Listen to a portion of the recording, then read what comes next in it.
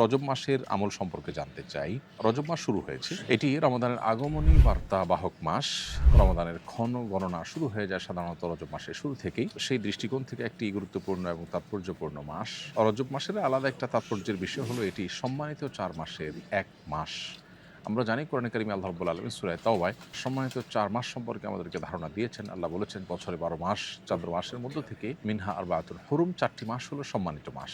আর এই ৪টি মাসের মধ্যে ৩টি ধারাবাহিক জিলকদ, জিলহজ, মুহররম, আর চতুর্থ মাসটি হলো এই মাসটি যেটি শুরু হয়েছে রজব মাস। অতএব সম্মানিত মাস হিসাবে এই মাস সম্মানিত মাস যাচ্ছে সেই ধারণা আমাদের মধ্যে বদ্ধমূল থাকা, সেই চিন্তা আমাদের মাথায় থাকা এবং সম্মানিত মাসের সম্মান রক্ষার্থে গুনাহ পাপাচার থেকে বেশিরভাগ বেঁচে থাকার চেষ্টা করা এবং রুটিন যে নেক আমলগুলো আছে সেগুলো বিশেষ যত্নের সাথে করা, যেহেতু সম্মানিত মাস যাচ্ছে এ হলো মোটামুটি করণীয়। এর বাইরে সম্মানিত মাস রজব মাস উপলক্ষে আলাদা কোনো আমল, আলাদা কোনো নামাজ, আলাদা কোনো রোজা, উমরা এগুলোর কোনো কিছু শরিয়া দ্বারা সাব্যস্ত নয়। ওমরা রজবিয়া বা রজব মাসের ওমরা বা রজব মাসের নফল নামাজ, নফল রোজা এরকম অনেক কিছু আমাদের সমাজে প্রচলিত আছে, এগুলোর কোনোটির কোনো ভিত্তি নেই। অর্থাৎ এক কথায় রজব মাসকে কেন্দ্র করে স্পেসিফিক বা সুনির্দিষ্ট কোনো আমল কোরআন বা বিশুদ্ধ কোরআন হাদিস দ্বারা সাব্যস্ত হয়নি। তবে সম্মানিত মাস হিসাবে এই মাসের প্রতি সম্মান প্রদর্শন সেটি এই মাসে পাপাচার না করার মধ্য দিয়ে আমাদের করতে হবে। আল্লাহ বলেছেন যালিকাদ দীনুল কাইয়্যিম ফালা তাজলিমু ফীহিন্না আনফুসাকুম। সম্মানিত মাসগুলোতে তোমরা গুনাহ এবং পাপাচারের মাধ্যমে নিজেদের প্রতি নিজেরা অবিচার করো না।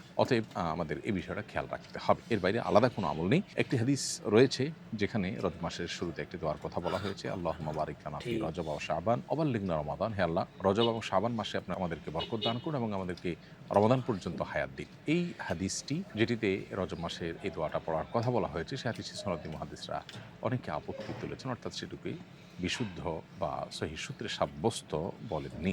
অনেকের মতে এটি আমলযোগ্য জাস্ট ফজিলতের বিষয় হওয়ার কারণে এটি পরিপূর্ণভাবে সহিহ সূত্রে সাব্যস্ত না হওয়া সত্ত্বেও এটার উপরে আমল করা যেতে পারে, জাস্ট এটুকু। এর বাইরে রজব মাসকে কেন্দ্র করে আলাদা কোনো আমলের বিষয় সাব্যস্ত হয়নি। রজব মাসের প্রথম রাতকে বিশেষ দোয়া কবুলের রাত হিসাবে মনে করে ইবাদত করলে কিংবা দোয়া করলে তা বেদাত হিসাবে গণ্য হবে কিনা।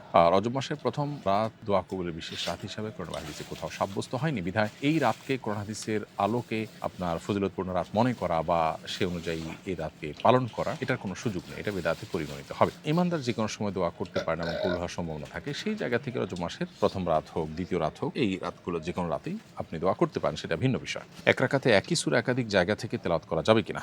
একই রাকাতে একই সূরার কয়েক জায়গা থেকে তেলাওয়াত করা ভেঙে ভেঙে এটা সাধারণ অবস্থাতে অনুচিত এবং এতে অর্থের ধারাবাহিকতা ঠিক থাকে না। কিন্তু ধরুন কেউ হঠাৎ ভুলে গেছেন এবং ফলে তিনি অন্য আর জায়গায় তেলাওয়াত শুরু করেছেন, এরকমটি হলে সেটিতে হতে পারে, কোনো অসুবিধা নেই। আর যদি একই সূরা একাধিক জায়গা থেকে তেলাওয়াত করেন এবং সেখানে অর্থের মধ্যে কোনো প্রকার অসম্পূর্ণতা তৈরি না হয়, তিনি জানেন বিশেষ কোনো কারণে আপনি একাধিক জায়গা থেকে তেলাওয়াত করেন, তো সেটাও জায়েজ হতে পারে। কিন্তু সাধারণ অবস্থাতে এক জায়গা থেকেই টানা তেলাওয়াত করা এটাই হলো সুন্নাহসম্মত। নবী সাল্লাল্লাহু আলাইহি ওয়াসাল্লাম এভাবে সালাত আদায় করেছেন। নামাজে চোখ দিয়ে ইশারা করলে কি নামাজ ভেঙে যাবে? উত্তর হলো, চোখ দিয়ে যদি ইশারা করা হয় তাতে নামাজ ভাঙবে না, কারণ এর মাধ্যমে আমলে কাসির হয় না। তবে এটা অনুচিত।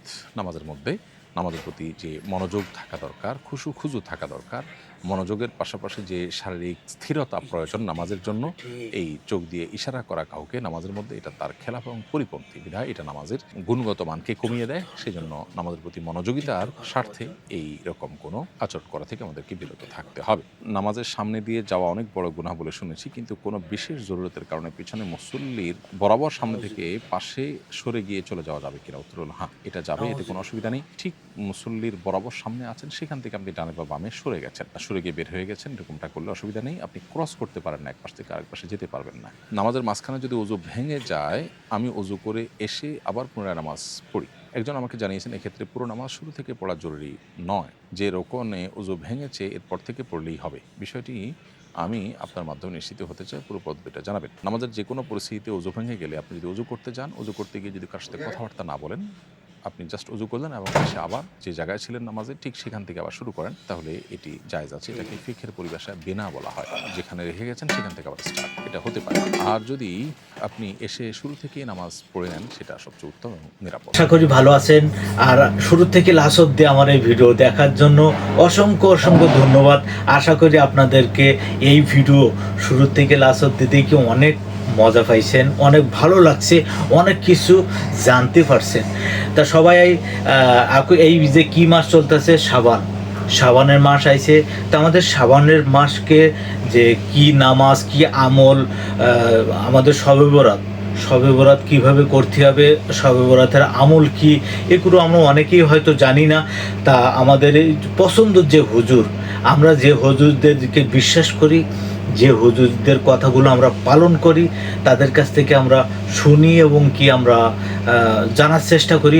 তো অবশ্যই আপনাদের সেই সব পছন্দের হুজুরের ওয়াজ নিয়ে আপনাদের মাঝে হাজির হয়েছি। তা অবশ্যই যারা যারা দেখছেন অবশ্যই শেয়ার লাইক করতে ভুলবেন না। আর যদি সাবস্ক্রাইব না করে থাকেন তো আমার ভিডিওটা সাবস্ক্রাইব করে আমাদের পাশে থাকবেন, আর একটা লাইক করবেন, আর বেশি বেশি করে শেয়ার করে দেবেন, যেন আপনার মতন ভিডিওর থেকে কিছু শেখা অন্য কেউ যেন শেখে, আর আপনার এই শেয়ারের মাধ্যমে অন্য কেউ শিখবে আর আপনিও সওয়াব পাবেন অবশ্যই আশা করি।